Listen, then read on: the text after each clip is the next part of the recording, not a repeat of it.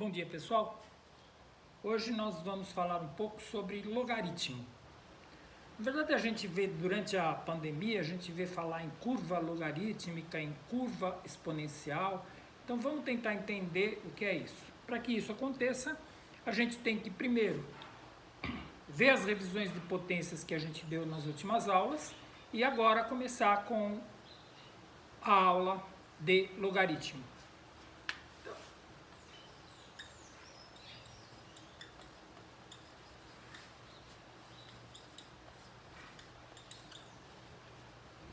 Bom, logaritmo, na verdade, é a operação inversa da potência, né?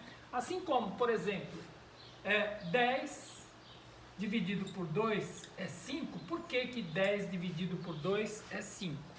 Porque 5 vezes 2 é 10. Ou seja, essas duas operações são inversas.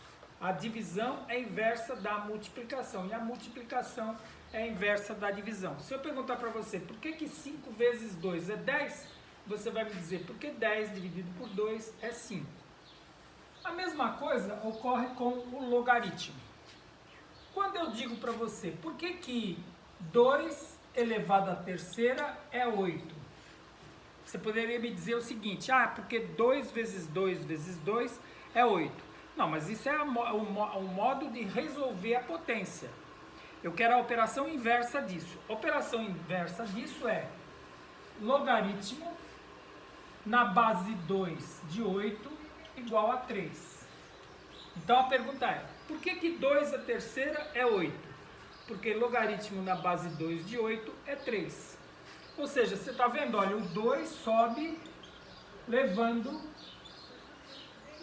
a potência, tá vendo? 2 a terceira é 8. Então, essa é a definição de logaritmo. Então, a definição de logaritmo é log na base A de B igual a C. Então, eu posso dizer que A elevado a C, ou seja, sobe levando e volta para o B, é igual a B. Tá certo? Então, essa é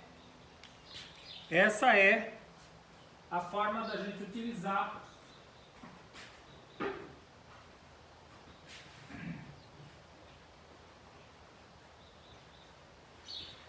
gente utilizar o logaritmo, né? Bom, vamos fazer alguns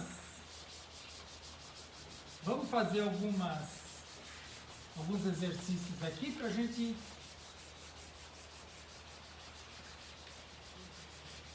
ver como é feito, né?